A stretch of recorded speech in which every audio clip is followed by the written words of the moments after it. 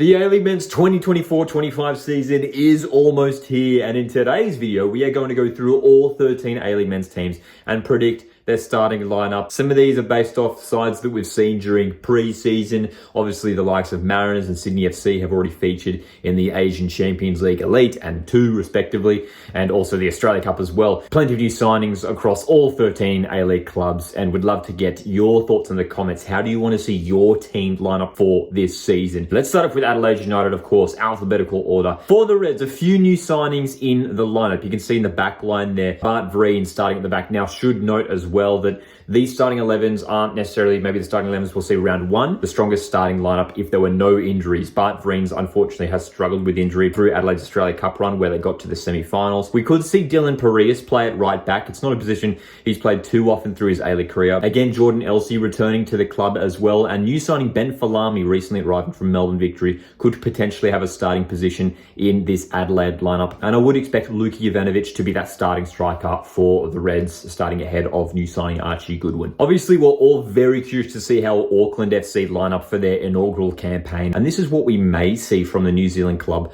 under head coach Steve Corica. Potentially a 4-2-3-1 kind of formation that Steve Corica did play at times during his time at Sydney FC. Alex Paulson, I think, has to be starting in goals. You've got a backfour there of Sakai, Hall, Painaka, and Galloway as well. I wouldn't be surprised to see Sakai maybe playing in a centre-back role. That might be the option for Auckland. They've got plenty of defensive depth as well, though. You've got the likes of Tommy Smith, who could come in at centre-back, as well as Callan Elliott, who's a top right fullback as well. We'll see whether Auckland set up with a midfield 3 or whether it's 2 holding midfielders, but this is what it could look like. The likes of Cammy Howison and Verstraete in a defensive midfield role, and then Jake Brimmer in that number 10 position, which is probably his best position. Jake Brimmer can play a bit deeper, but I think we could see Brimmer start in that attacking midfield role. They've got Chilean midfielder Gallegos there as well, who could slot somewhere into that midfield setup as well. So again, more depth for Auckland FC in the middle of the park. For the wide players, I'm going for Joey Champness and Logan Rogerson, and some good young players who could come into those attacking wide positions as well for Auckland.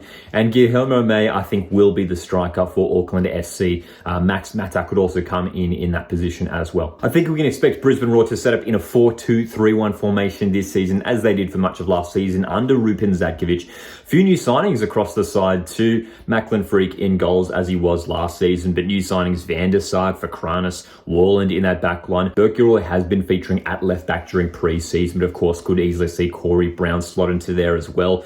Midfield, new signing Waleed Shaw could potentially slot in a defensive midfield position alongside Jay O'Shea. Florin Berenguer playing as that playmaker in a more advanced role. And then potentially Jelicic, who could slot out wide. You've got Acosta as well, new signing from South America, potentially on that left wing. And then Raphael Strike. It's going to be very interesting to see whether it is Raphael Strike or Tommy Waddingham to lead the line for Brisbane Roar. 2 fantastic young strikers who could easily lead the line for Brisbane Roar. We could maybe see Strike play out in a wide role, maybe Waddingham play central as well. So there's some shuffling around that Ruben Zadkovic could do with his team for sure. Central Coast Mariners are striving for a 3rd consecutive championship, and of course there have been some big changes at the Central Coast. We've seen them line up a few times in the Asian Champions League Elite already. A back 4 of Rue, Sainsbury, Kaltak, Moragas is probably that full strength back 4. Docker playing that advanced role on the right hand side, potentially on the left as well. DePizio, again, those 2 guys could play on either flank, I reckon.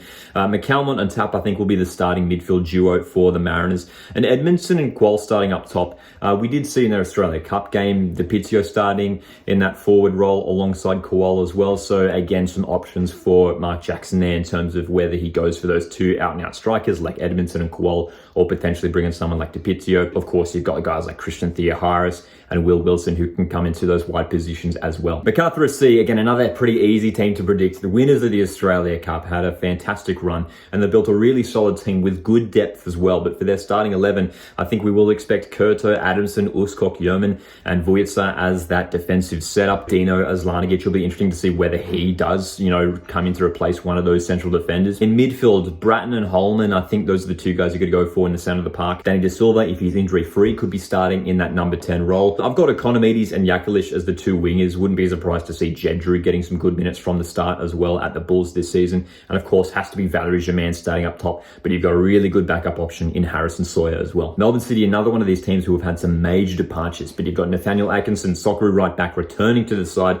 It'll be interesting to see whether he does start at right back ahead of Callum Talbot, or potentially to play both of those guys. We might see Atkinson start higher up the park. I've got Trewin and Cyprian starting in there at centre back. New signing Ferreira could come in as well, as is Baich, the captain of the side, at left back. Andreas Kuhn potentially playing a midfield role alongside Ugarkovic, Jimmy Jego, another option in there as well. Matt Leckie, if he's injury free, I think he could really flourish playing that playmaker role, sort of a number 10 position for Melbourne City this season. Jonathan Cohen on the left, Marco Tilio on the right. Max Caputo, who's reportedly been out with an injury, could lead the line for Melbourne City this year. Andrew Naboot could easily slot in one of those forward positions as well for Melbourne City. Again, we're pretty familiar with Melbourne Victory's team for this upcoming season after they made it to the Australia Cup final.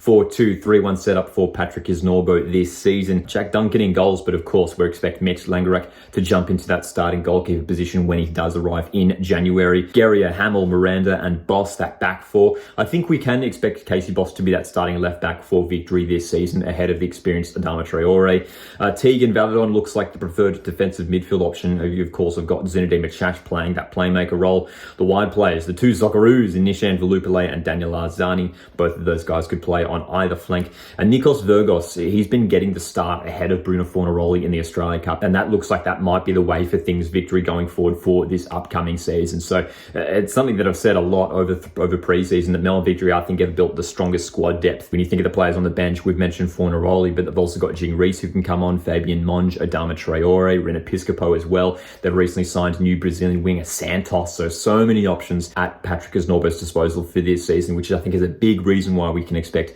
Victory to be really, really strong this campaign. Curious to see how exactly Robbie Stanton sets up Jets this season, but this is maybe what we could see for them. Scott's starting in goals. Ingham, Kankar, Nata and Wilmering. They have signed Alex Shushnia from Perth Glory. He could slot in centre defence or at left back as well. Grozos and Timmins starting in midfield. Wellersol can play out wide, but wouldn't be surprised if he does play a more central role alongside Lockie Rose as two forwards. Aquilia and Taylor as the two wide players as well for the Jets. Perth Glory have been one of the busiest teams in the transfer window, and it was really tricky trying to pick a stronger starting 11 for them, but this is what I've gone for. Oli Sale in goals, Risdon, Majegadumni, Kanga and Hamzawi in that back line. So you've got a couple new signings there in Kanga and Hamzawi, who would probably expect to start if they are fit. I would go for O'Neill and Pennington. We could see Luke Bodnar come into that position. They've signed a number of midfielders there. Of course, they've got Mustafa Amini still in the books as well. So lots of options for Zrilic in midfield. Gomulka has been playing in a number 10 position for Glory during pre-season, so he could start in that role as well, but Glory may prefer to play just a straight 4-4-2. We'll keep an eye on that for sure. Abdul Faisal really impressed in the Australia Cup, and he could get a starting spot, especially on that left wing. And that could open the way for Christian Caicedo to have a starting role in a wide position also. Another team who have already seen line up a few times during A-League pre-season, Sydney FC. This is the lineup that I think we can expect for this season. Redmayne and goals, and then a back four of Grant, Popovic, Matthews and Courtney Perkins. Really smart signing from Sydney FC to bring in Popovic on loan to strengthen that back line. Leo Senna, new Brazilian midfielder in the centre of the park there, alongside Anthony Caceres. Anas Wahim has looked really good in pre-season. You've got Lolly and Costa on the wings and Patrick Klamala leading the line. A really strong squad for Sydney, and especially considering the players who aren't even in this lineup, the likes of Max Burgess, Patrick Wood, Jaden Kaczarski. A really good depth there for the Sky Blues this season. Wellington Phoenix, again, another one of these teams who were sort of tricky to pick in terms of what they'll look like for their starting 11, and in terms of formation, we'll wait and see what Giancarlo Italiano does. He did tweak his formation at times throughout the season last year, but for me, this is what we could see for them. Oluwayemi starting in goals, new goalkeeper at the Wellington Phoenix, and then a back four of Tim Payne, Isaac Hughes, Scotty Wooten and Kelly Hild as well. So no new signings in that back four, but they have brought in a couple of youngsters who could jump into defence there. Alex Rufa, we'll probably expect him to be anchoring that midfield as always. Paolo Retre, new signing at Wellington Phoenix, as well as Nagasawa and Ishige, Japanese duo arriving at Wellington this year. Ishige,